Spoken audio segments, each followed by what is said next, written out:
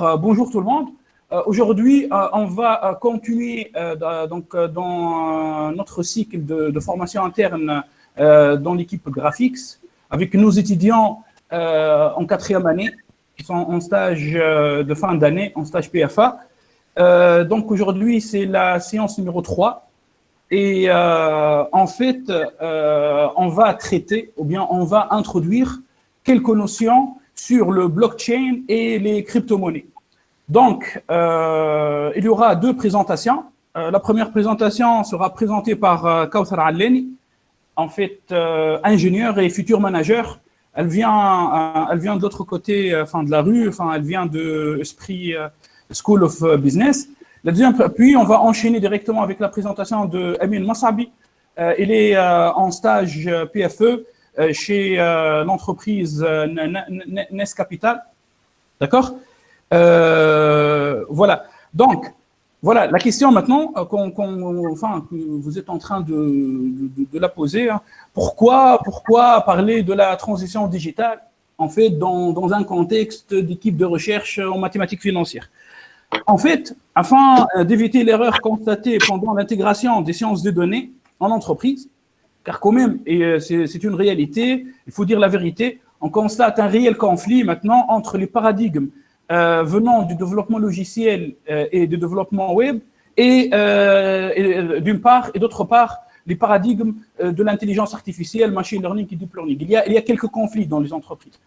Je pense que ce conflit vient du fait que ces entreprises n'ont pas été bien préparées à cette transition digitale. Aujourd'hui, puisqu'on va parler d'une nouvelle révolution, le blockchain et les crypto-monnaies, donc on va essayer de préparer le terrain de cette transition digitale. D'où la présentation de Kawthar Alleni, puis Amin Massabi. Il va nous présenter les marchés financiers liés aux crypto-monnaies. Voilà. Donc, la parole est à toi, Kawthar. Tu peux commencer. Merci. Merci, Aïchik. Alors, bonjour tout le monde et merci, M. Ahmed El-Bey, pour d'avoir donné, me donner cette opportunité pour présenter aujourd'hui autour de blockchain, crypto-monnaie et la transition digitale, qui est une révolution en route. Donc, si je commence rapidement à me présenter, je suis une étudiante en 2e année master, donc je passe en 2e année master en management digital et système d'information à Esprit School of Business. Je suis à la base ingénieure à Lyon et spécialité environnement et ressources aquatiques de l'INAT, Institut national agronomique de Tunisie. Concernant la vie étudiantine en AESB, je suis membre du club Graphics et aussi membre du pôle projet ESB Junior Entreprise. Donc aujourd'hui, on va traiter la question de la transition digitale avec la blockchain et la crypto-monnaie. Donc c'est important en fait de savoir pourquoi aujourd'hui on traite ce sujet-là et comment en fait on peut avoir, et une entreprise elle peut assurer une transition digitale à l'aide de cette technologie ou bien soit la blockchain ou la blockchain avec la crypto-monnaie. On va voir qu'il y a un lien entre la blockchain et la crypto-monnaie. Et tout cela, on va la traiter donc tout le long de la présentation. Et déjà, cette présentation, elle est composée de 3 parties. La première partie, on va comprendre c'est quoi la blockchain, c'est quoi cette technologie, on va la comprendre. Et on va voir comment construire une blockchain et les avantages et les défis de ces technologies. La deuxième partie, on va comprendre c'est quoi la crypto-monnaie à travers l'exemple du Bitcoin. Et la troisième partie, on va donc situer les choses dans leur contexte et on va parler par rapport au contexte tunisien où on est par rapport à ces 2 technologies.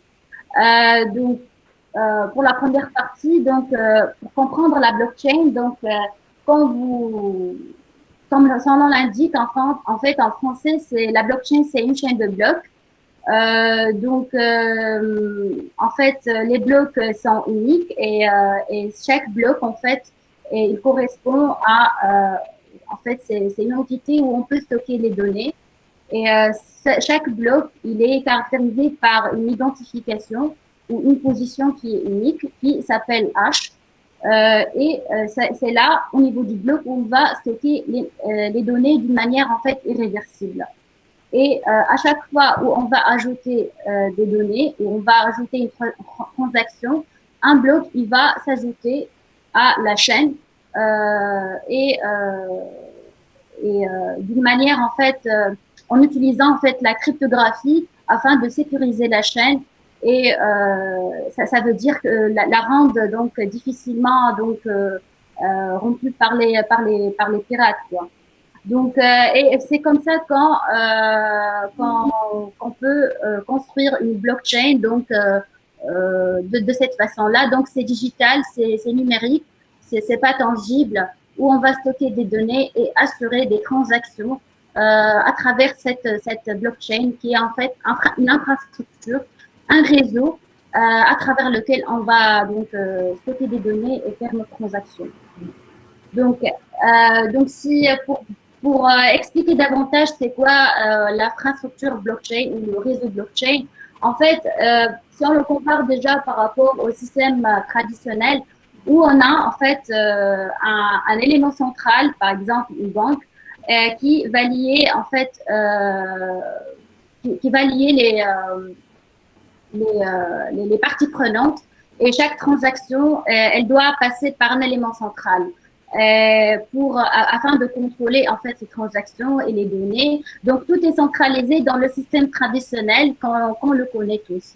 Et mais avec la technologie blockchain, ce qui est nouveau, c'est qu'il est décentralisé. On n'a pas donc un élément qui est central où on doit passer par lequel on doit ou à travers lequel on doit passer afin de faire des transactions. Et donc ce réseau-là nous permet d'échanger directement entre nous, et chaque partie prenante afin de sécuriser ce réseau-là, chaque partie prenante, elle aura une copie de ce qui se passe, de l'historique de toutes les transactions et les données de toutes les transactions. Ce qu'on appelle, c'est ce qu'on appelle en fait un registre qui est distribué, ou en anglais distributed ledger. Et donc chaque partie prenante a une copie, et ce qui fait que c'est transparent et tout le monde en a accès. Donc, en fait, comment construire cette blockchain déjà? Pour la construire, il faut avoir un business network. Donc, il faut avoir des personnes qui vont travailler sur cette blockchain, qui vont utiliser cette blockchain et qui vont faire des transactions en fait à travers cette blockchain, des échanges. Donc, des échanges soit de biens numériques, ou bien ils vont faire on va avoir après avec la crypto-monnaie qu'ils peuvent même vendre des biens à travers la blockchain. Donc, et à chaque fois qu'on va faire une transaction, à chaque fois qu'on va donc entrer des données, les données vont être stockées sous forme de bloc, donc dans un bloc. Ce bloc-là, il contient donc et donc en parallèle au niveau du ledger, au niveau du registre. Le registre ici, on le dessine comme ça pour comprendre, mais en fait c'est une machine en fait où on va stocker donc à chaque fois qu'il y a une modification, un ajout plutôt de données, d'une transaction, le registre va être mis à jour. Et à chaque fois, pour rendre cette chaîne donc sécurisée en fait, à chaque fois il y a une vérification, il y a une cryptographie, donc les données vont être cryptées afin de sécuriser la chaîne, et le bloc, une fois il est vérifié et crypté, il va s'ajouter à la chaîne. Et c'est comme ça en fait. Et en fait, il suffit d'entrer des données, d'ajouter des blocs, ou un bloc, c'est irréversible. On ne peut pas le supprimer ou on ne peut pas le modifier. Voilà. Donc là, c'est d'une manière, donc, comment la construire, on a simplifié les choses, mais si on veut, parce que c'est à l'aide qu'on fait ça, en fait, des langages informatiques, par exemple, tels que Java. Exemple, ici, concrètement, donc, c'est quoi, comment on peut visualiser cette chaîne avec un code Java. Là, c'est le résultat, c'est pas le code en fait. Et donc, le résultat, tout le travail a été fait, donc la codification et tout.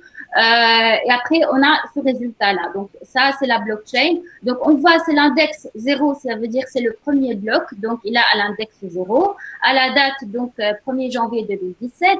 Et toutes les données sont stockées donc au niveau de ce bloc-là. Le bloc, en fait, pour ajouter un bloc, il faut toujours avoir la position dont j'avais parlé, c'est-à-dire le hash qui est l'identifiant du bloc.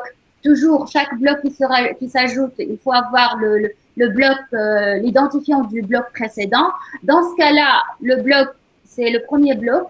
Donc, il n'y a pas d'un précédent. Donc, c'est 0 pour le préfixe hash. Et après, on a le hash de ce présent, donc du premier bloc. Après, le deuxième, donc, il prend l'index 1. Après, donc, c'était rajouté donc à la date 10 juillet 2017. Et donc, on a où on peut stocker les datas. Et en fait, à chaque fois, il mentionne le hash précédent et le hash donc de celui du bloc en question. Alors pourquoi en fait il faut avoir le hash précédent? C'est comme ça en fait qu'on peut sécuriser aussi la blockchain. C'est à chaque fois quand un bloc il se rajoute, il faut spécifier, il faut avoir il faut garder la même position, il faut garder en fait le même hash précédent. Et s'il y a par exemple le nouveau bloc, il présente un hash qui est différent, et là ça peut être une sonnette d'alarme aux personnes qui travaillent sur la blockchain qu'il y a un bloc qui ne s'en va pas, soit il y a une erreur ou quelqu'un qui essaye de pirater. Donc c'est pour cela qu'il faut avoir chaque bloc, il doit avoir le hash précédent. C'est une manière pour sécuriser. Donc, ces avantages, comme j'ai expliqué, j'avais donc au début, donc c'est décentralisé, donc on a cette désintermédiation et donc c'est plus rapide et c'est automatisé parce qu'avec les banques, en fait, quand on veut en fait faire des transactions, ça va ça prend beaucoup de temps, ça prend beaucoup de temps, plusieurs jours, pour pouvoir faire des transactions, surtout par exemple si quelqu'un qui est, je sais pas, en États-Unis et l'autre qui est de l'autre bout du monde, et donc il y a un décalage horaire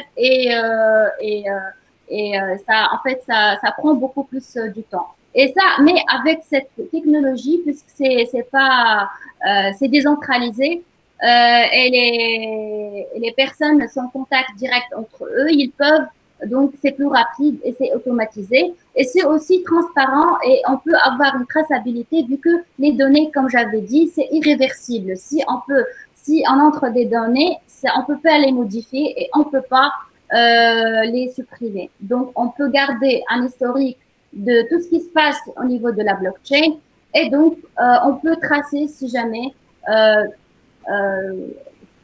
toute information et on peut vérifier toute information qui est enregistrée au niveau de la blockchain.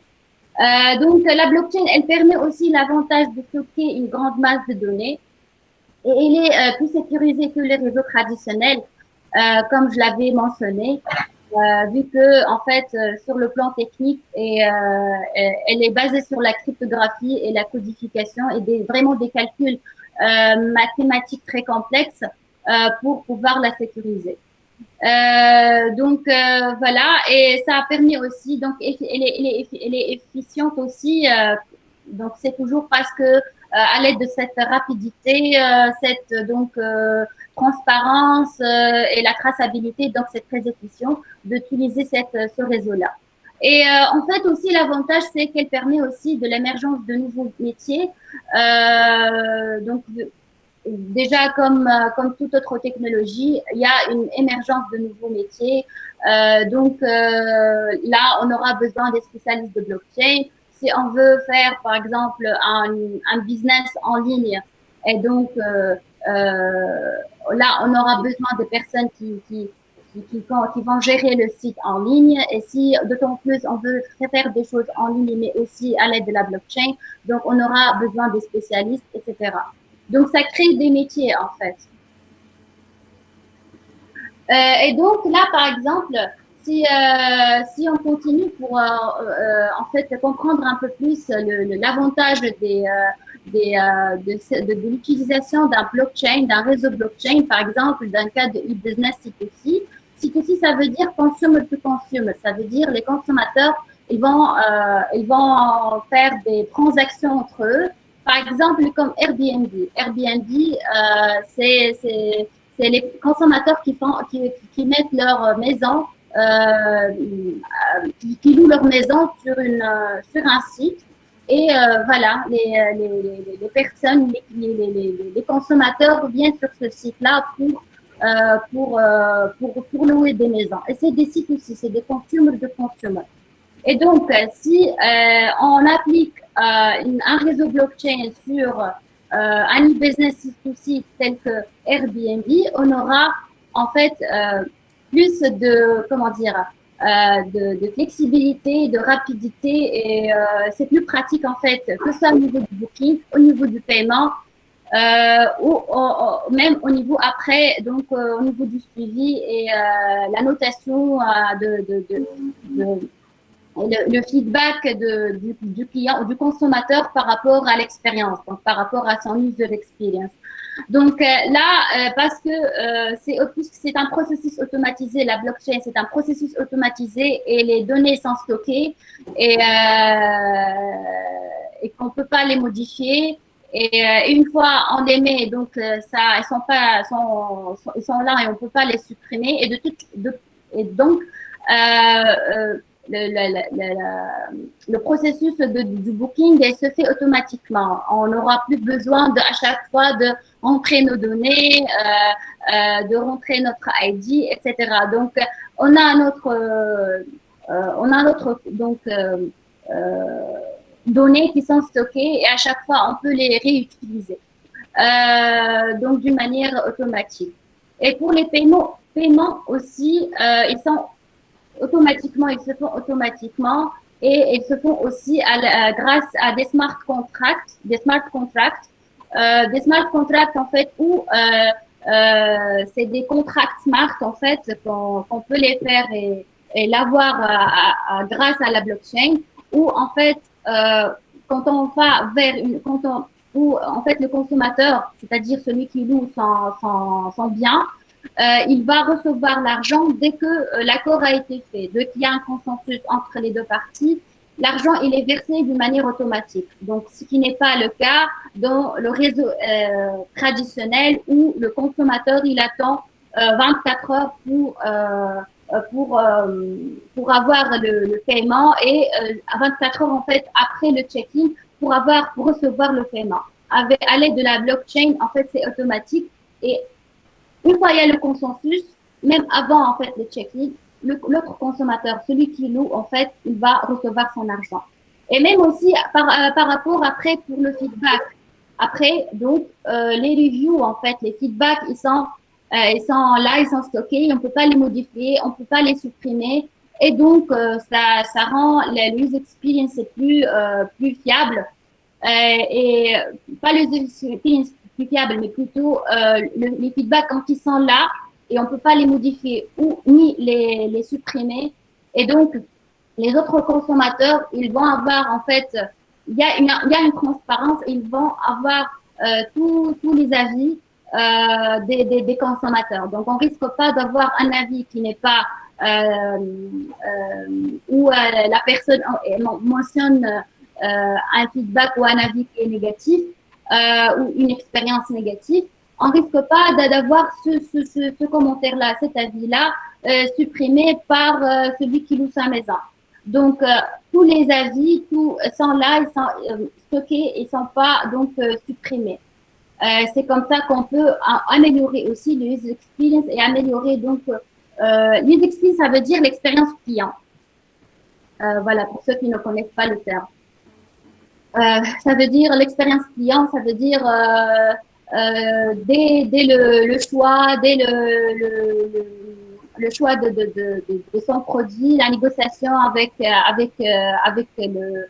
celui qui va louer la maison, le check-in, pendant le séjour, pour le check-out, tout ça, tout ce qui se passe, les interactions et tout ça, et comment il a vécu en fait les consommateurs, son expérience, on appelle ça user experience, expérience client. Donc voilà, on a vu ici à travers un exemple d'un e-business C2C comment la blockchain elle peut améliorer encore les processus de booking, le paiement et les avis. Mais en fait, comme toute autre technologie et comme toute autre chose dans la vie, il y a les avantages, mais aussi il y a les défis en fait pour pouvoir en fait appliquer cette blockchain. Et c'est que d'avoir c'est d'avoir le premier défi, c'est d'avoir des standards en fait. Ça veut dire quoi? Ça veut dire que aujourd'hui, on a plusieurs blockchains. Donc, il y a plusieurs entreprises ou bien plusieurs entreprises ou bien plusieurs business ou des investisseurs qui utilisent la blockchain en fait, même si c'est pas encore en fait généralisé et qu'on ne trouve pas vraiment quelque chose où toutes les entreprises l'utilisent. Il y en a quand même des entreprises qui l'utilisent. Et des personnes qui l'utilisent, mais donc chacun il a ses standards. Et donc, on risque là de ne pas avoir une interopérabilité entre ces blockchains, c'est-à-dire qu'ils ne sont pas compatibles. Et là, on peut risquer, par exemple, quand il n'y a pas une interopérabilité, on peut risquer, par exemple,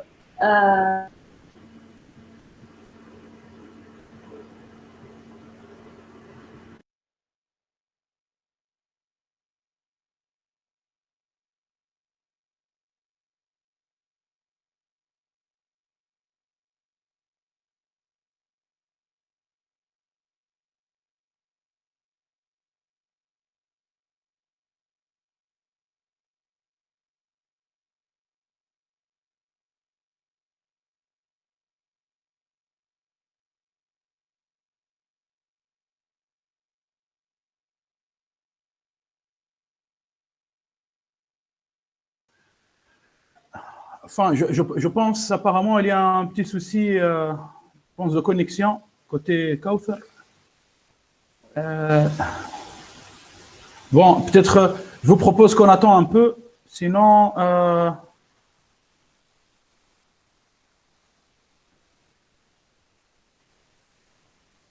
Kauthar, c'est bon? C'est bon?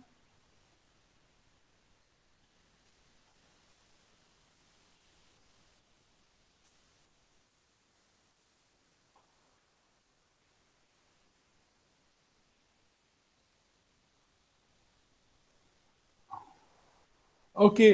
Sinon, je te propose, si tu veux, Émile, je fixe le problème.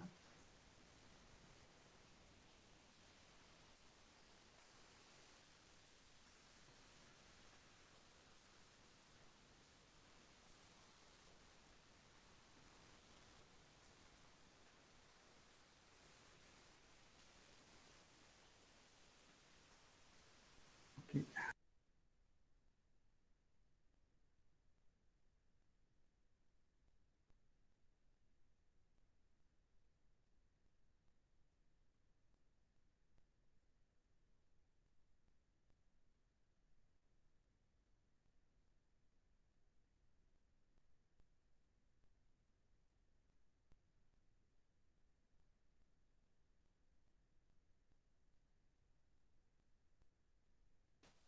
Non, non, on t'entend pas, on t'entend pas, on t'entend pas.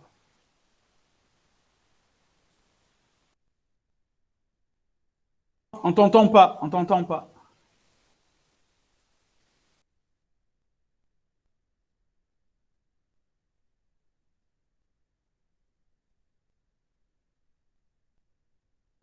Ahmed, son micro est déjà désactivé, Kauthar.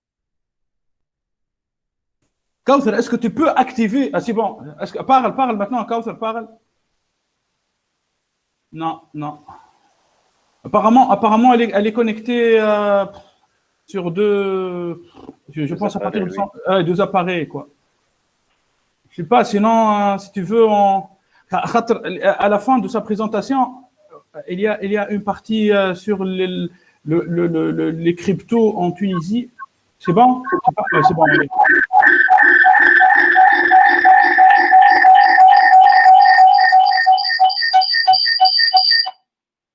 تسمع فيا؟ Normalement, oui. Écoute, Kauthar, est-ce que tu peux enchaîner directement sur la dernière partie? Ouais, sinon, continue comme tu veux. Hein, continue, vas-y. Hein. Vas-y.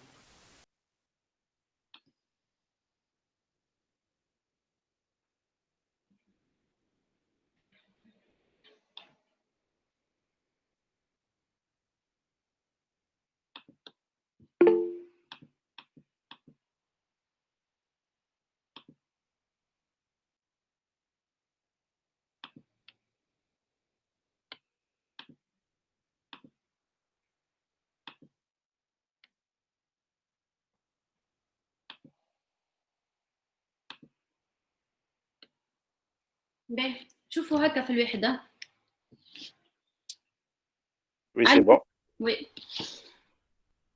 Donc, pour continuer avec les défis, donc on a dit que voilà de trouver des standards pour assurer l'interopérabilité entre les différentes blockchains. Aussi, le défi c'est de trouver un consensus vu que l'ajout de chaque bloc à la blockchain, il faut avoir le processus de tous les utilisateurs pour ajouter donc les blocs. Aussi, il faut avoir une politique de confidentialité. Pourquoi? Parce que en fait, une chose qu'il faut retenir par rapport à la blockchain, c'est que en fait, ce réseau-là, c'est transparent. En fait, toute personne, elle peut avoir accès à ces données-là, et donc. Ça pourrait poser problème à certains utilisateurs par rapport à la confidentialité et à l'acceptation de cette politique-là. Et aussi,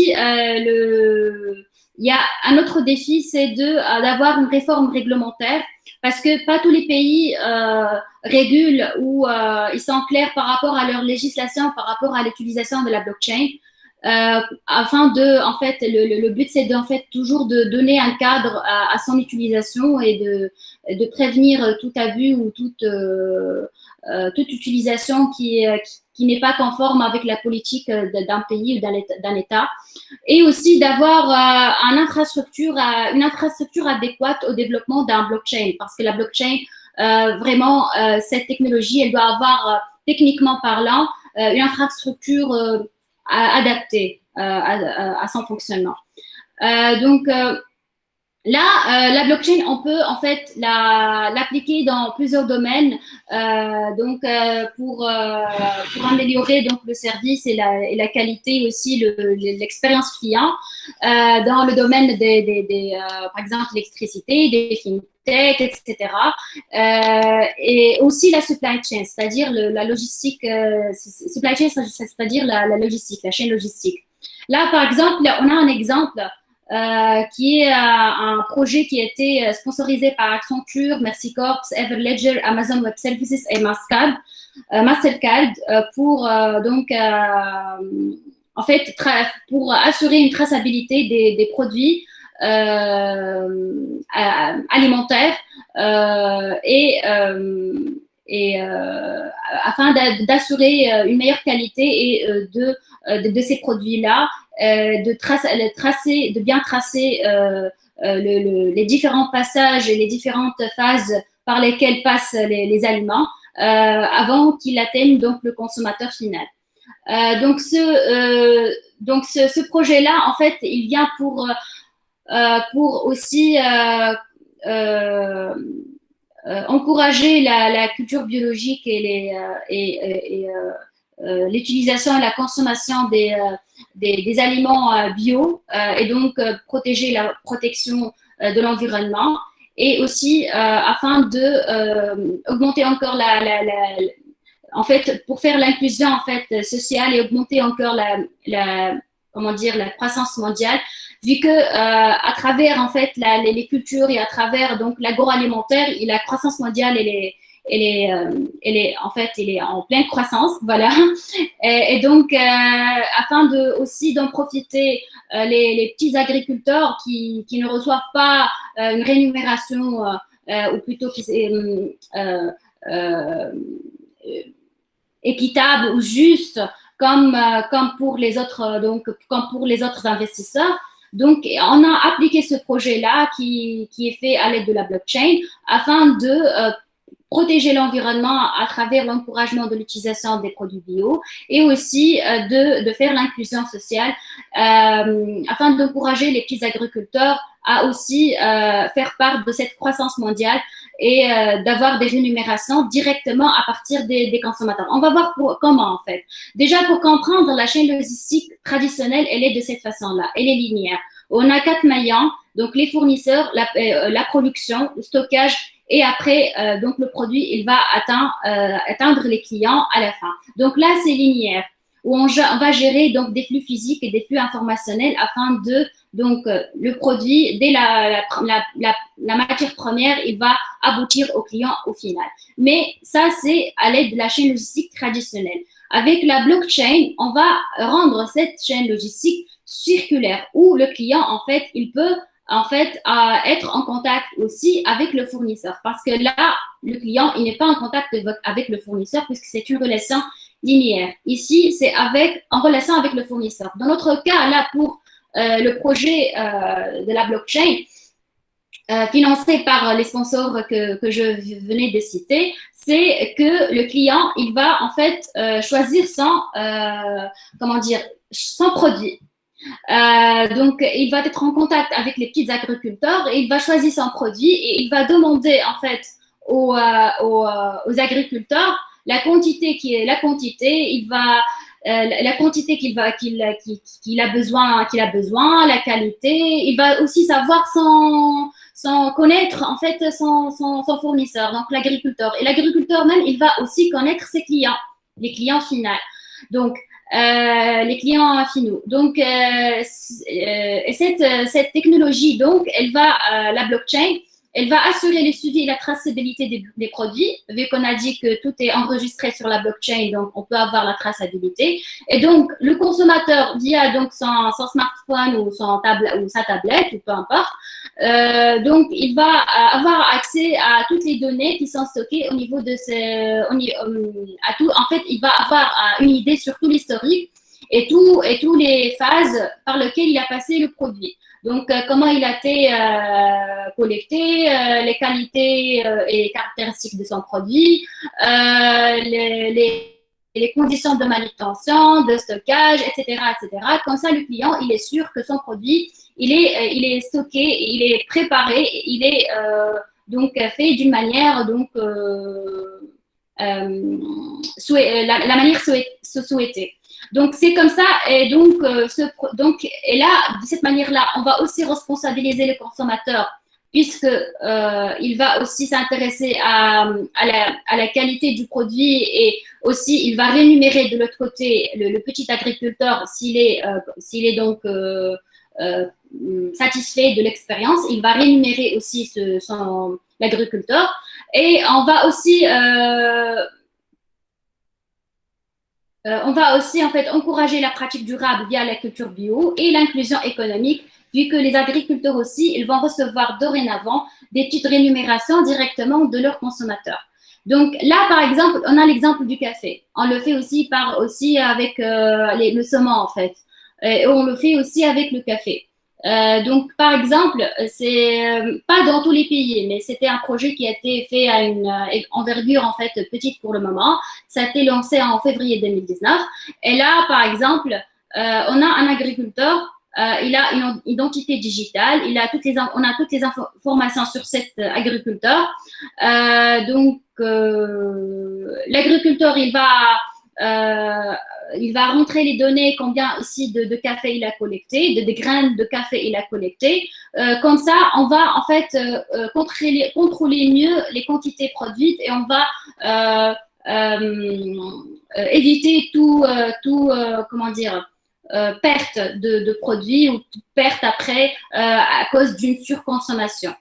On a donc toutes les informations sont stockées concernant en fait ces graines-là. On a ici la liste donc des agriculteurs et le consommateur il peut choisir en fait son agriculteur et le produit qu'il veut.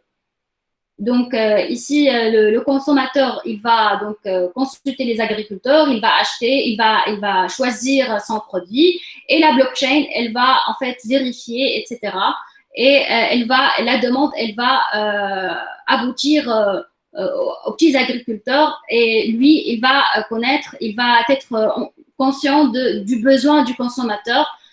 Et c'est en ce moment-là que l'agriculteur, il va lui-même, il va essayer aussi de répondre à ses besoins, en fait, et d'assurer la qualité, en fait, requise. Et à la fin, quand comment dire, le client, quand il reçoit son produit et s'il est satisfait, donc il va rémunérer le producteur. Il y a 3 notations, donc ici, quand vous voyez. Donc voilà, c'est la première partie qui traite la blockchain. Pour comprendre c'est quoi, donc on a compris que c'est un réseau. On peut faire des transactions à travers ce réseau-là et d'une manière sécurisée et décentralisée et rapide. Et aussi, on peut avoir accès à toutes les informations à tout moment et on peut tracer toutes les informations qui circulent au niveau de cette blockchain. Donc, pour comprendre la crypto-monnaie, en fait, la crypto-monnaie, en fait, elle utilise le blockchain. C'est pour cela, quand on veut expliquer c'est quoi la crypto-monnaie, on ne peut pas ne pas parler de la blockchain et d'expliquer c'est quoi la blockchain. Parce que la crypto-monnaie, c'est-à-dire c'est une monnaie digitale, elle utilise ce réseau-là elle utilise ce réseau-là. Donc, pour comprendre déjà c'est quoi la crypto-monnaie, il faut en fait mettre les choses dans leur contexte. Parce que l'apparition de la crypto-monnaie, ça a été, donc, elle a été apparue suite à la crise économique des subprimes. Et c'est quoi cette crise économique des subprimes? À la base, qui était une crise donc financière. C'était aux États-Unis. Et en fait, c'était dû à une explosion d'une bulle immobilière où les personnes ont commencé donc c'était une crise. Je sais pas, Monsieur Ahmed, si j'ai encore du temps pour expliquer. En fait, Kauthar, c'est-à-dire, est-ce que tu peux, s'il te plaît, c'est-à-dire passer rapidement, puis passer à l'exemple tunisien. Après, en fait, par rapport à la partie finance, il y a Amine qui va nous bombarder, quoi. Voilà. Ok. Donc, suite à une crise, juste pour dire, pour mettre les choses à leur contexte, suite à la crise financière des subprimes aux États-Unis et l'effondrement de la banque Lehman Brothers à Wall Street. Donc, c'était le 15 septembre 2008 où on avait une crise économique mondiale et c'est en fait suite à cette crise-là qu'on a eu la naissance de la Bitcoin. Déjà, les recherches ont été déjà faites à l'avance, hein, mais la naissance et l'apparition de cette Bitcoin, elle est apparue comme une technologie et une solution pour cette crise financière. Donc, d'avoir donc de la monnaie digitale qui est virtuelle, vu que tout le monde, donc, vu qu'il y avait une crise financière, et d'avoir donc la solution, c'est de recourir à cette solution pour faire des transactions en ligne sur la blockchain, donc en utilisant la blockchain et donc sans passer par un intermédiaire, par exemple une banque centrale, et donc de faire des transactions peer-to-peer, pair à pair, directement à l'aide de cette Bitcoin. Donc, ce qui est la première, le Bitcoin qui est le premier, la première donc crypto-monnaie.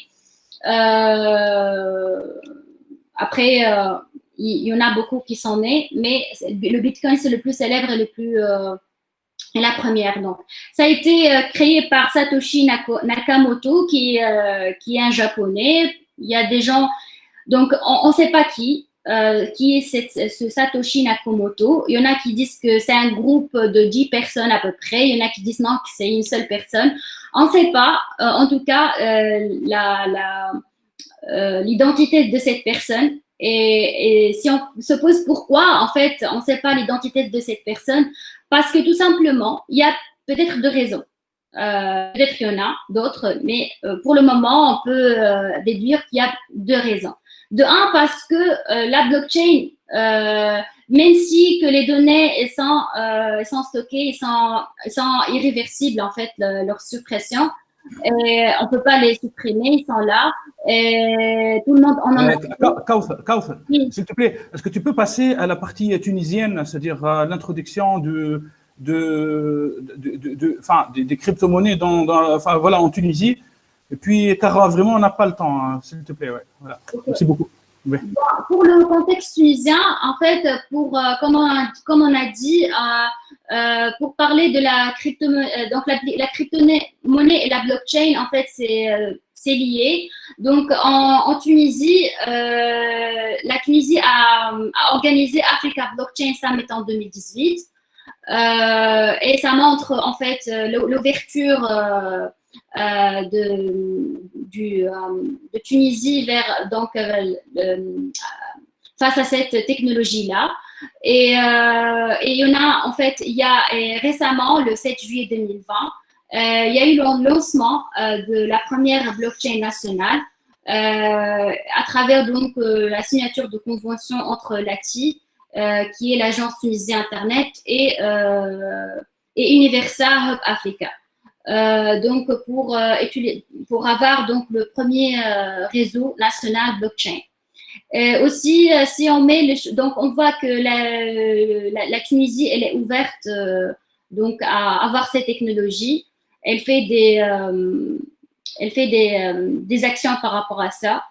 Mais par rapport à la crypto-monnaie, vu que c'est un peu sensible, vu que la crypto-monnaie, elle utilise donc pour faire des transactions et pour investir dans la crypto-monnaie, elle se fait pair à pair sans avoir recours à un élément central.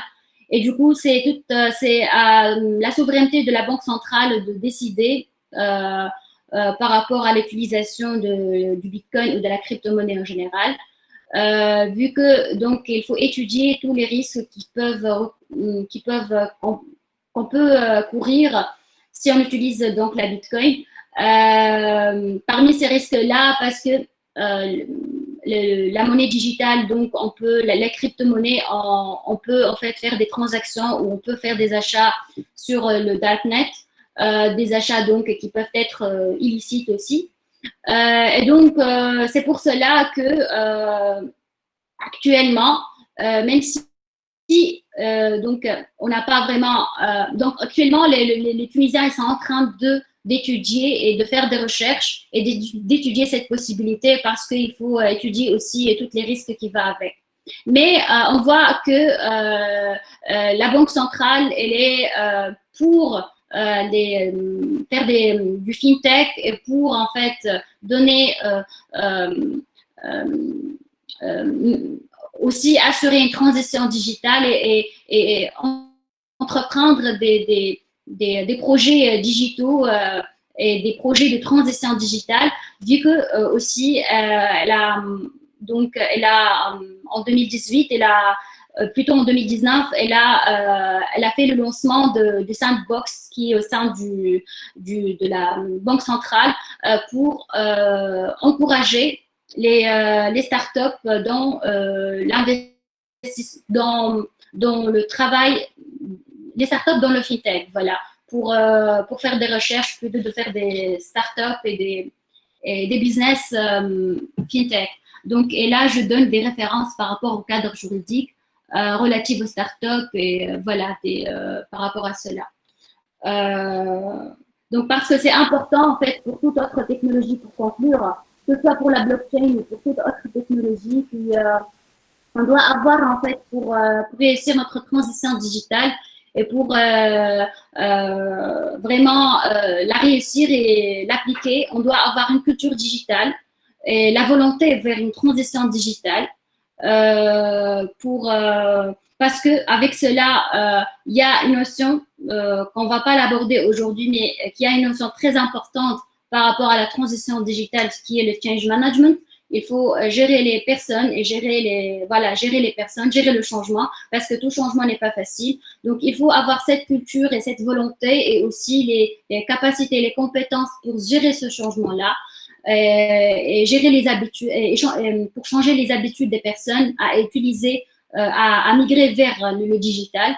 Et aussi tout un travail de monitoring après pour toujours assurer le bon fonctionnement de notre projet, mais aussi et surtout un cadre réglementaire, un cadre juridique bien clair où on peut faire les choses, donc où on risque pas d'être hors la loi, parce que et là, si pour contextualiser les choses, pour la blockchain en Tunisie et la crypto-monnaie, même si la loi n'est pas très claire par rapport à ça, et surtout pour la crypto-monnaie, parce que la blockchain, déjà, on a des avancements.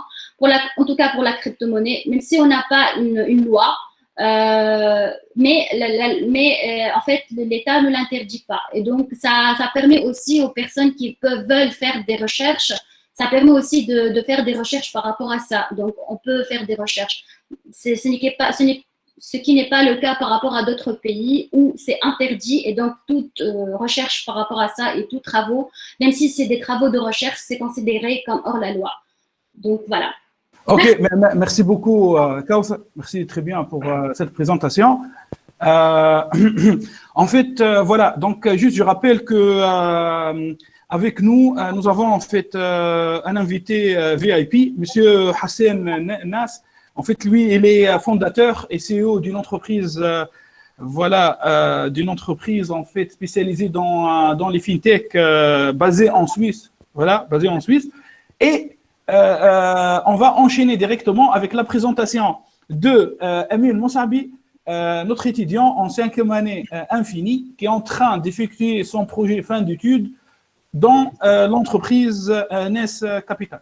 En fait, juste, je viens de mettre des liens vers le compte LinkedIn de cette entreprise, vers le site de cette entreprise et vers en fait les contributions de Monsieur Hassan sur le site Medium.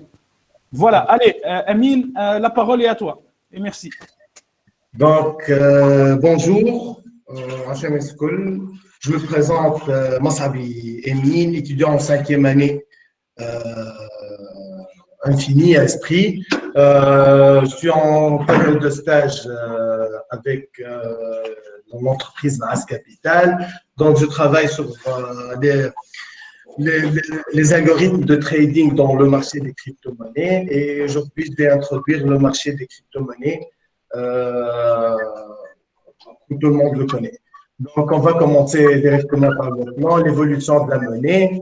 On va voir ensuite le blockchain et la crypto-monnaie, l'Ethereum et les smart contracts, le proof of work et le proof of stake. On va voir un petit peu la différence entre les deux, les types de crypto-monnaies, les échanges centralisés, les échanges aussi décentralisés, le marché de spot, le marché des dérivés, et ensuite on va voir le marché des options sur le Bitcoin. Et enfin, on va voir une map de la finance décentralisée. Et enfin, on va finir par les facteurs qui affectent le marché des cryptos. Donc, je crois qu'il y en a entre nous qui a posé la question, qui prend les décisions au sujet de la politique monétaire.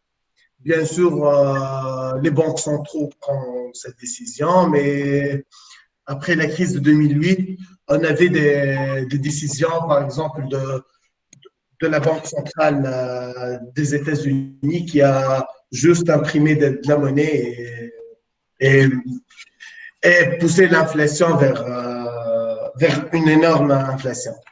Donc, on va commencer avec l'évolution de la monnaie.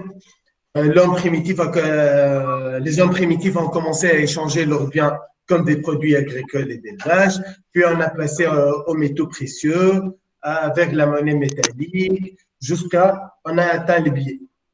Les cartes de crédit ont révolté le système de paiement en général, mais peut-être entre nous il y en a entre nous aussi qui a utilisé les premières monnaies électroniques qui sont les jetons achetés dans Farmville sur Facebook, la fameuse jeu dans les années qui a commencé en 2008. Et puis, on a atteint les crypto-monnaies. Donc, le terme de crypto-monnaie est un fourre-tout pour désigner une gamme de systèmes de monnaie numérique. Ce dernier s'appuie sur une cryptographie robuste pour faire respecter les droits de propriété et garantir des transactions sécurisées. Et ne sont pas gérés par un seul parti, mais plutôt par un réseau décentralisé de participants non hiérarchisés, comme on a vu avec Auth, qui se coordonnent autour d'une information ou d'un ensemble de faits de véracité et partagés et vérifiés partout au sein de ce réseau. Peut-être, je vais mieux les expliquer avec un petit exemple. Par exemple, on a deux personnes, X et Y.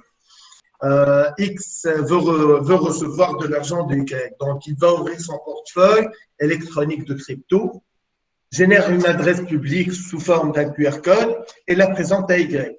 Y va ouvrir son portefeuille et scanner ce code QR, saisit le montant envoyé vers le portefeuille de X et l'algorithme derrière ces portefeuilles va décoder et diffuser les informations nécessaires sur le réseau de nœuds de crypto utilisé. Donc, la transaction sera prise en charge par quelqu'un qui tentera de créer un bloc et de vérifier les transactions. Le bloc, si le bloc est accepté, la transaction est confirmée, donc M. X sera notifié qu'il a reçu un nouveau paiement. On va passer maintenant au blockchain Ethereum Smart Contract. Ethereum est la pierre angulaire, on peut dire que c'est la pierre angulaire de la nouvelle ère de l'Internet, lancée en 2015. Donc, c'est la première blockchain programmable du monde. Comme d'autres blockchains, Ethereum possède sa crypto-monnaie native appelée Ether, comme on le connaît tout le monde pratiquement. Mais contrairement aux autres blockchains, Ethereum peut faire beaucoup plus. Donc, ce qui signifie que les développeurs, Ethereum est programmable, donc ce qui signifie que les développeurs peuvent l'utiliser pour construire de nouveaux types d'applications. Ces applications décentralisées ou les dApps bénéficient des avantages des technologies de crypto-monnaie et de la blockchain. Ils sont dignes de confiance, ce qui signifie que dès qu'elles sont chargées dans Ethereum, elles fonctionnent toujours comme prévu. Elles peuvent contrôler les actifs numériques afin de créer de nouveaux types d'applications financières. Elles peuvent être décentralisées, ce qui signifie qu'une entité ou personne ne le contrôle. Donc, les différents types d'applications décentralisées qu'on peut les trouver, par exemple des portefeuilles de crypto-monnaies, des applications financières, des marchés financiers décentralisés, ou même on peut trouver même des video games, des jeux vidéo basés sur le blockchain et les smart contracts de blockchain Ethereum. Donc, la communauté d'Ethereum est la plus grande et la plus active communauté de blockchain au monde. Aucune entreprise ni organisation centralisée ne contrôle ce blockchain. Donc, je vais donner une petite description des smart contracts. Ce sont des contrats autonomes ou tout simplement un morceau de code qui s'exécute sur Ethereum. On l'appelle contrat car tout code s'exécutant sur Ethereum peut contrôler des choses ou de valeurs telles que la monnaie ETH ou d'autres actifs numériques. On va passer maintenant expliquer le concept de proof of stake pour comprendre un peu la validation des nouveaux blocs, comment ça se passe dans le blockchain.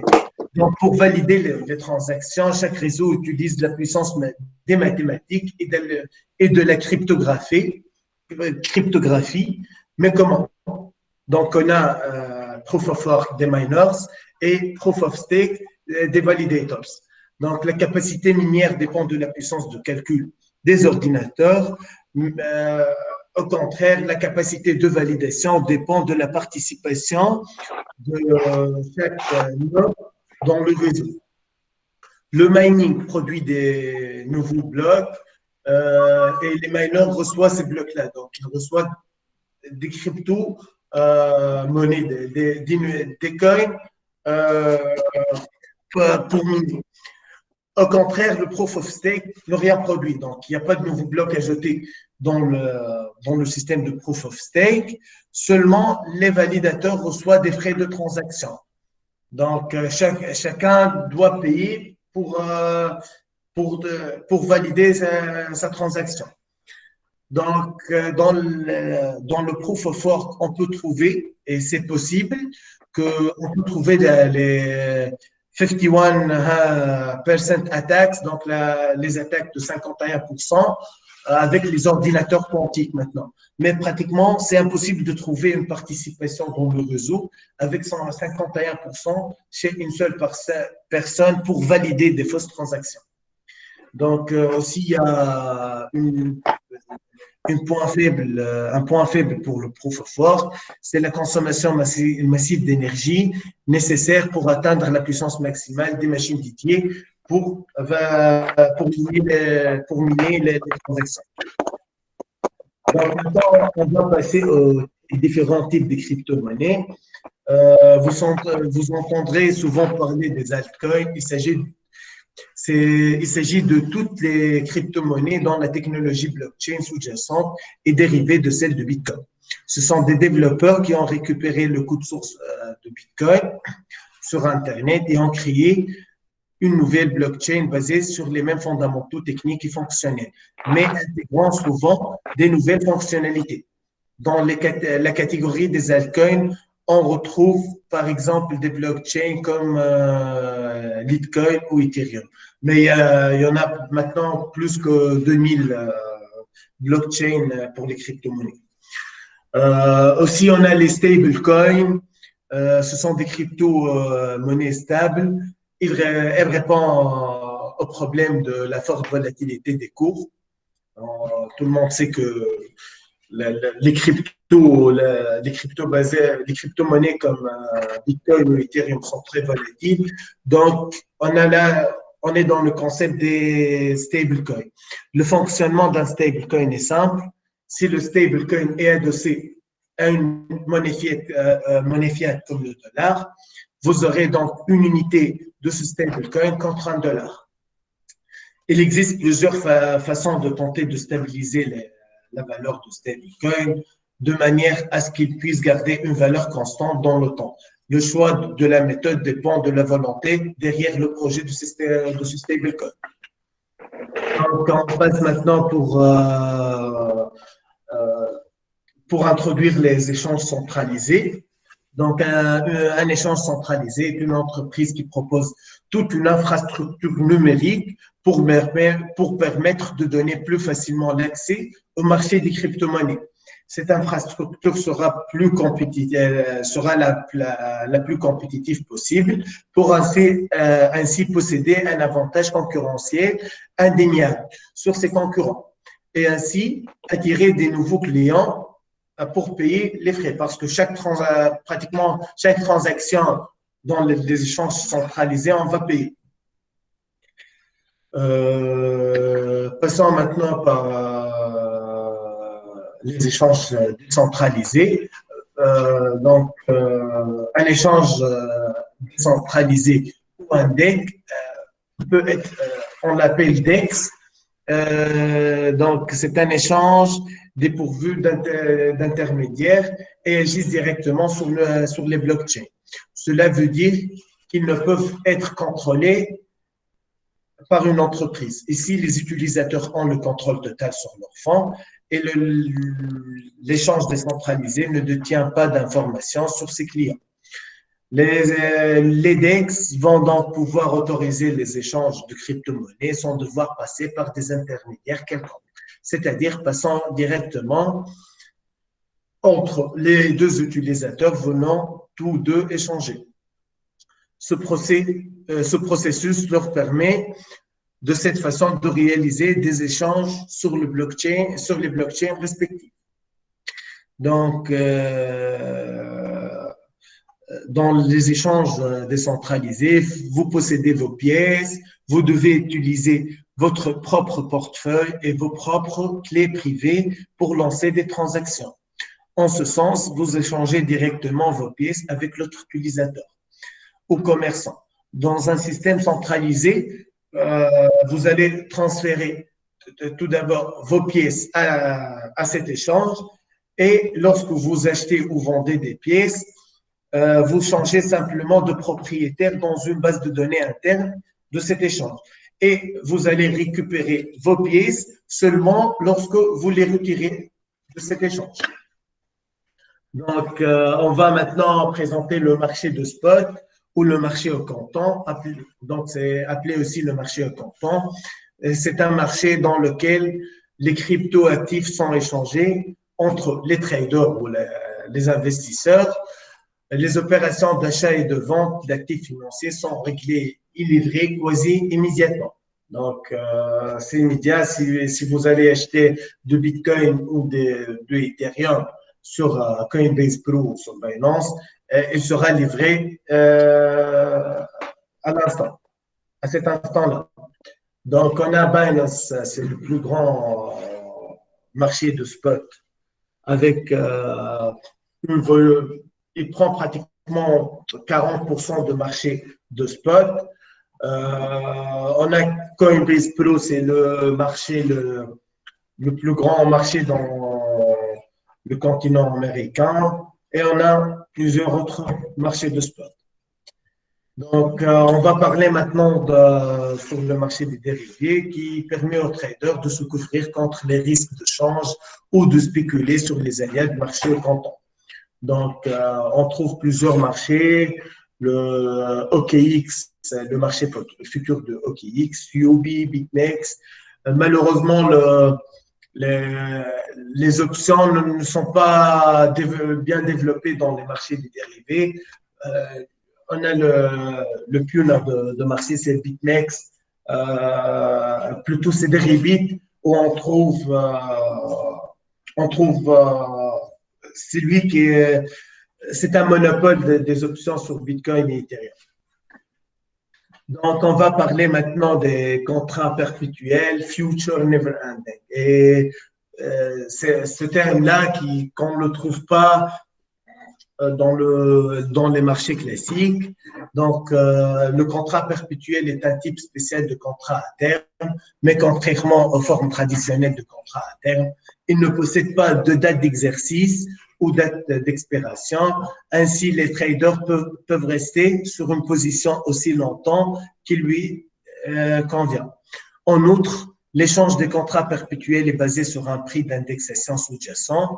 Le prix d'indexation est calculé selon le prix moyen d'un actif en se basant sur les marchés au comptant majeur et leur volume d'échange respectif. On trouve le funding, le financement consiste en des paiements réguliers entre les acheteurs et les vendeurs en fonction de tout dit funding rate. Donc, c'est quand le funding rate est au-dessus de 0, donc c'est positif, les traders qui sont en position à la hausse payent ceux qui sont en position à la baisse. Donc, long space pay shorts. À l'opposé, un funding rate négatif signifie que les traders qui ont pris position à la baisse payent ceux qui prennent une position à la hausse. Donc, ce taux de financement est basé sur deux composants, le taux d'intérêt et la prime. Le taux d'intérêt est fixé pour chaque marché et la prime varie selon la différence de prix entre le marché des perpétuels et les marchés au comptant. Les positions à la hausse, comme on a dit, doivent payer long pay shorts en réseau de funding rate positif. Une telle situation entraîne généralement une baisse des prix puisque les haussiers sont incités à fermer leur position et entraînent à l'ouverture de nouvelles positions.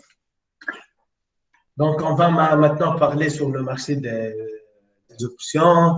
Le marché des options n'est pas bien développé, donc on trouve des options pratiquement que sur Bitcoin et sur Ethereum.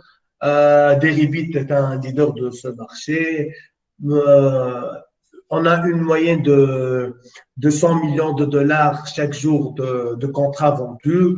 Et on trouve aussi que les options sont de maturité de 1 jour, 2 jours, 1 semaine, 14 jours et 1 mois et plus.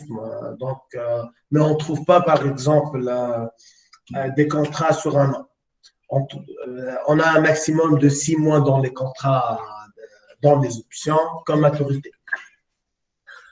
On va parler maintenant de la finance décentralisée. Donc, la mise en pratique de la finance décentralisée n'exige pas d'intermédiaire ou d'arbitrage. Le codage sur lequel elle repose implique la résolution de tout type de discorde possible, tout en autorisant aux utilisateurs de maintenir le contrôle sur leurs fonds à tout moment. Cela abaisse visiblement les coûts associés à la mise en place de ces distinctifs. De ce fait, la finance décentralisée permet la mise en place d'un système financier induisant beaucoup moins de friction.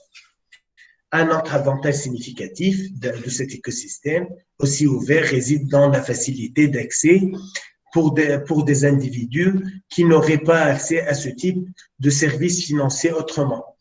La DeFi, nommée aussi la DeFi, vise à recréer le système financier que nous utilisons aujourd'hui, mais d'une manière qui supprime tous les intermédiaires de confiance comme les banques, ce qui réduit les coûts d'une manière importante et offre une gamme plus large de services financiers.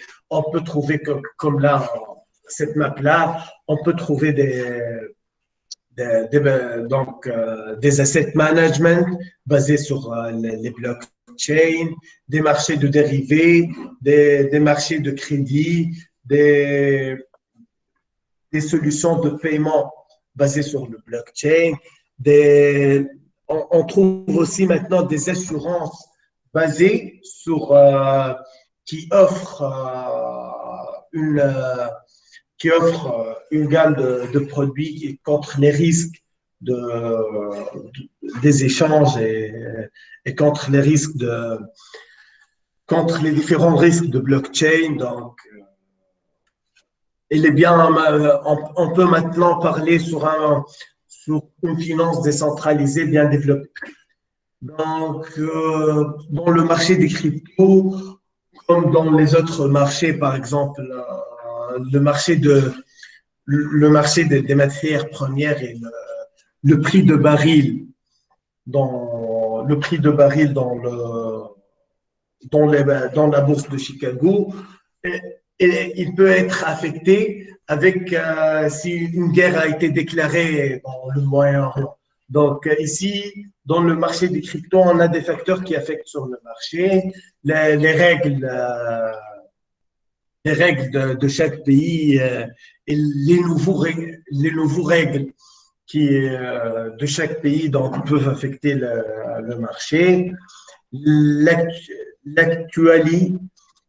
L'actualité des infrastructures, la sortie des produits liés au crypto, le nombre des commits sur les guides repo des projets de la finance décentralisée et qui ont une relation avec les autres cryptoactifs, donc elle peut affecter le marché. L'expérience et l'avis des utilisateurs sur les projets de la finance décentralisée, les hack attacks. En plus, on a des influenceurs sur Twitter et Medium, comme les influenceurs de beauté sur Instagram. Donc, ces influenceurs peuvent, les tweets de ces influenceurs et les articles partagés sur Medium peuvent affecter ce marché. Et le marché, les mouvements sur le marché traditionnel, comme l'SP500, le prix de gold, ou aussi l'index sur le dollar américain. Déjà, avec Hassan, on a travaillé et trouvé une anticorrélation entre le Bitcoin, le prix de Bitcoin et l'index de dollars. Donc, pour conclure, la résolution des obstacles technologiques et la compatibilité avec les réglementations requis pour réaliser pleinement le potentiel de cette nouvelle infrastructure financière ne semble être qu'une question de temps. Donc, l'établissement d'une architecture bancaire et financière sur une couche de base dans les fondations sont la transparence, la suppression des frontières et la non-nécessité de confiance est susceptible d'être très efficace pour ouvrir la voie à une économie plus ouverte et interconnectée. Donc, merci pour votre attention. Merci pour votre attention. Je vous remercie, Monsieur Ahmed, à cette opportunité et Monsieur Hassan qui m'a aidé dans cette présentation. Ok, très bien. Merci beaucoup, Amin Massabi. Donc, si vous avez des questions, je suis ouvert à toutes ces questions. Oui, justement. Et je remercie aussi Monsieur Hassan Nias. En fait, car quand même, on ne peut pas communiquer sur des choses confidentielles, sur des stratégies, sur les algorithmes de scrapping des données, sur les algorithmes d'analyse des données, sur les techniques de pricing, sur les équations aux dérivés partiels. On peut pas communiquer sur tout ça. Tout ça, c'est en interne. Maintenant, je me tourne vers vous, Anis, Lotfi et nos étudiants.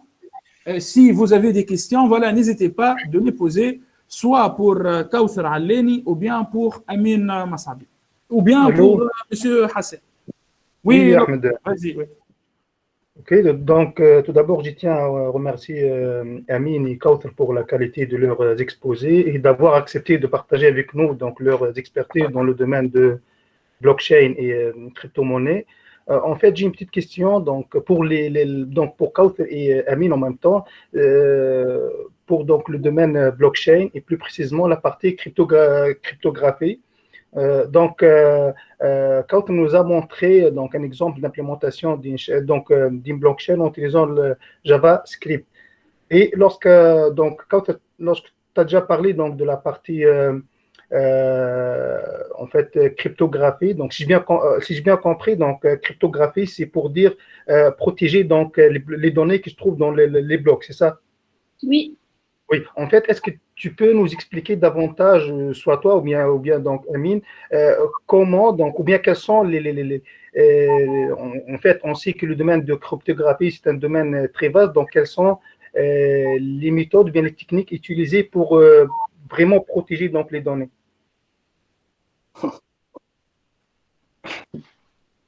Les techniques de... Je peux vous expliquer? Oui, donc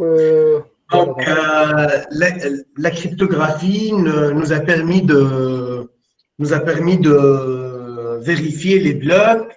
Donc, les blocs sont partagés entre tous les membres, tous les nœuds de ce blockchain. Et la présentation, donc, personne ne peut pas changer la même information chez tout le monde. Donc, c'est pour assurer le lien ou bien la continuité entre les blocs et pas pour protéger les données. Non, les données sont protégées avec ces blocs-là. Donc, on partage l'information pour protéger pour protéger le réseau des mauvaises blocs ou des fausses transactions. Ok, donc merci Amin, mais juste donc est-ce que tu peux revenir donc sur la diapositive donc là où tu nous as présenté donc le code Java? Oui. Je pense que pour chaque bloc, donc là, il y a, donc on va commencer par l'index, après la date de création, après il y a ce qu'on appelle, à mon avis, c'est en quelque sorte, c'est un identifiant, c'est ça? Oui, en fait, je ne peux pas partager parce qu'Amine, elle doit... D'accord, c'est pas grave, mais en fait, donc ça, c'est... Il doit arrêter le partage. Mais pour la blockchain, les blocs, chaque bloc, il a une identité, une position. Elle est caractérisée par ce qu'on appelle le hash. Ce hash-là, c'est une clé, en fait, ou bien c'est un code. En fait, qui va être partagé avec le bloc juste après, c'est ça? Oui, donc chaque bloc, il doit avoir son hash et aussi l'hash précédent.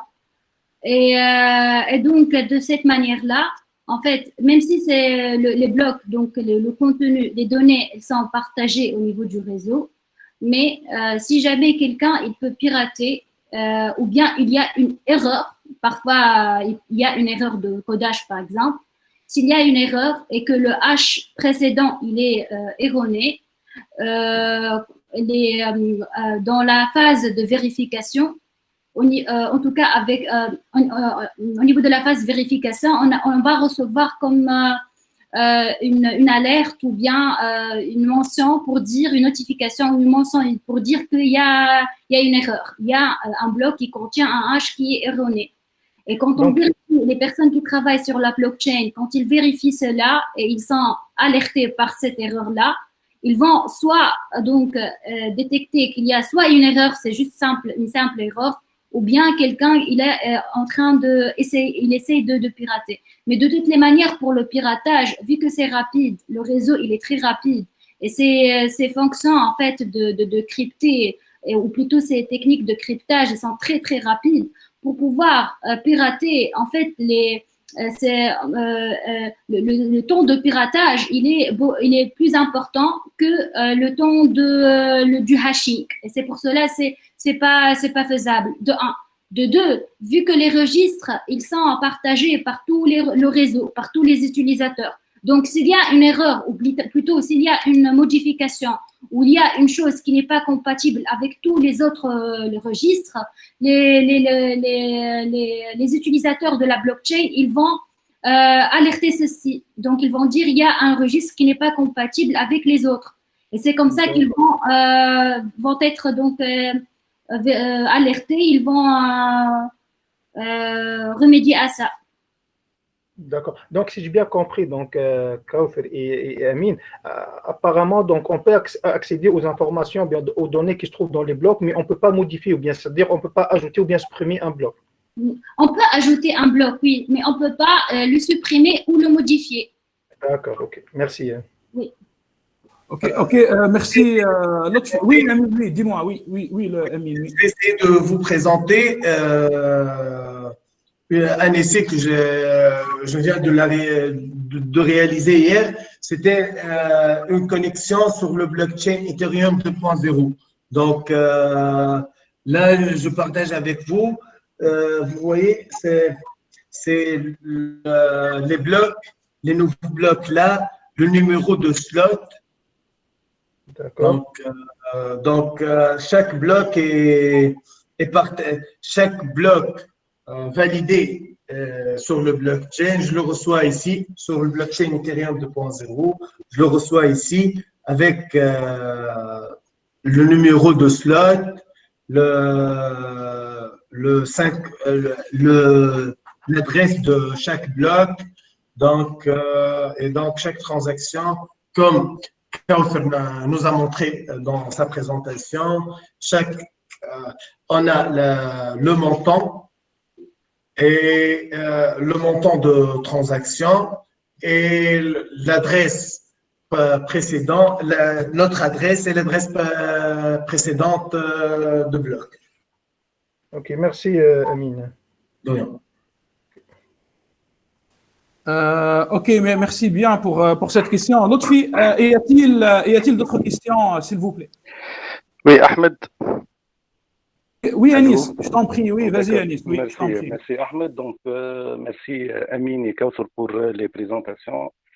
Juste une remarque, ou bien sous forme même de question. Donc, en se basant, ou bien en commençant par la remarque de Lotfi sur la cryptographie. Et donc, ma question, ou bien ma remarque, est-ce que le besoin des mathématiciens là-dessus, donc, ou bien en crypto-monnaie, ou bien en blockchain, c'est dans la phase de validation des mineurs des différentes transactions, ou bien, si je me concentre seulement sur la crypto-monnaie, est-ce que le besoin des mathématiciens, c'est dans la phase des transactions elles-mêmes et de la connaissance de la partie mathématique financière? Donc, par exemple, vous, Amine, si tu es maintenant un ingénieur et tu as la coloration aussi mathématique financière, est-ce qu'on aura besoin de tes compétences dans la partie finance, dans les transactions, les monnaies, etc., ou bien aussi dans la partie, est-ce qu'il y a la partie mathématique dans la validation des différentes transactions,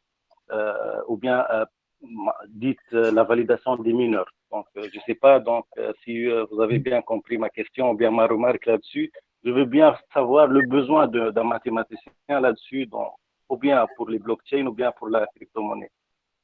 Donc, pour le blockchain, on a besoin des mathématiciens qui ont une relation avec la cryptographie. Donc, la cryptographie, c'est basé sur les mathématiques. Et là, lorsqu'on va créer les algorithmes de vérification des transactions, on a besoin des mathématiciens qui vont travailler sur la partie cryptographie. Donc, là, c'est le besoin des mathématiciens dans la donc si j'ai bien compris la validation, excusez-moi Amine, si j'ai bien compris la validation des différentes transactions, ça revient à la résolution des problèmes algorithmiques, c'est ça? Oui. Et les problèmes algorithmiques sont basés sur la cryptographie, donc sont basés sur les mathématiques. D'accord, ok. Et dans la partie, donc, est-ce que vous aurez besoin aussi de la composante mathématique dans la partie crypto-monnaie, dont il faut savoir les différents termes financiers et mathématiques financières. Donc, est-ce que vous aurez besoin de ça? Oui, dans la partie crypto-monnaie et trading, surtout sur les crypto-monnaies, il y a les différents, par exemple, il y a les différents produits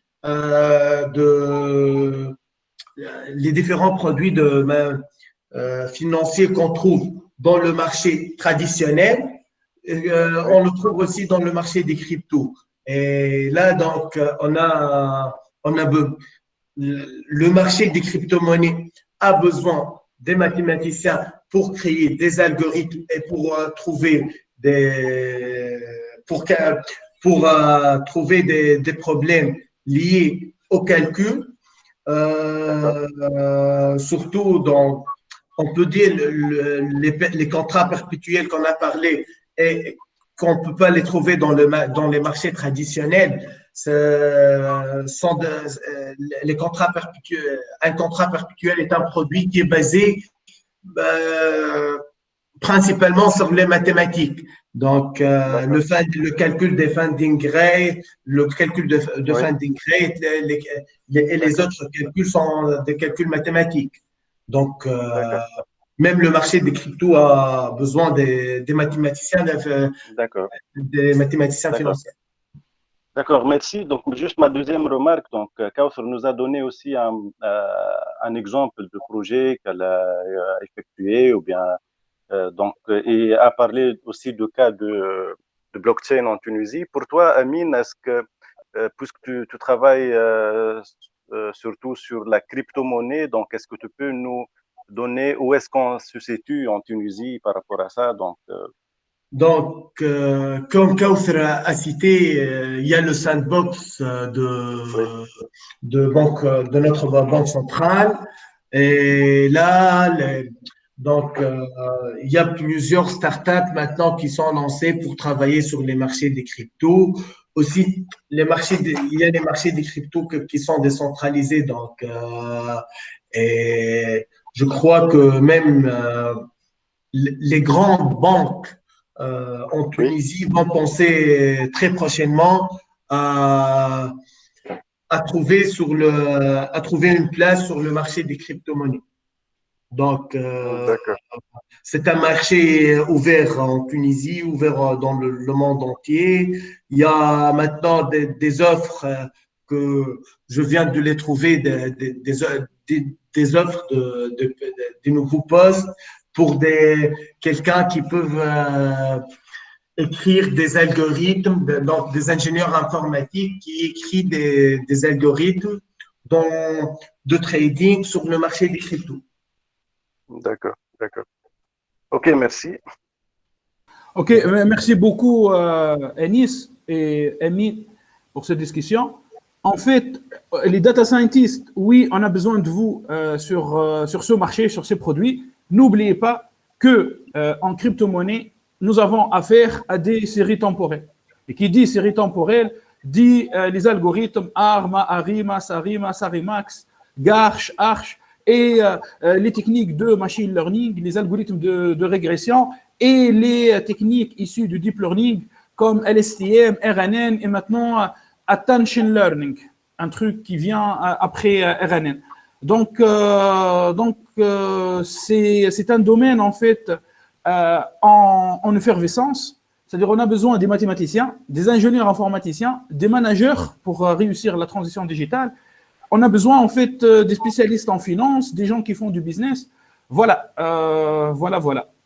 Sinon, si vous avez des questions, voilà, n'hésitez pas à les poser, s'il vous plaît.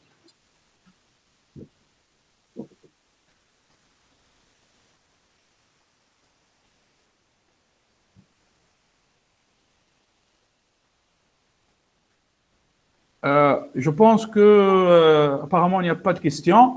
Donc voilà, donc en fait je vais demander peut-être à Kauthar et Ami de nous envoyer leur présentation. Bien sûr, s'il n'y a pas des trucs confidentiels, après moi je vais les partager avec nos étudiants en PFA et avec tout le monde dans l'équipe graphics. Bon, s'il n'y a pas de questions, je pense qu'on pourrait arrêter. Oui, Amine, tu veux dire quelque chose? Je vais envoyer ça. D'accord. Sinon, Anis, c'est bon. Anis, c'est l'autre, on arrête, c'est bon? Oui, mais merci Ahmed. On peut aussi écouter M.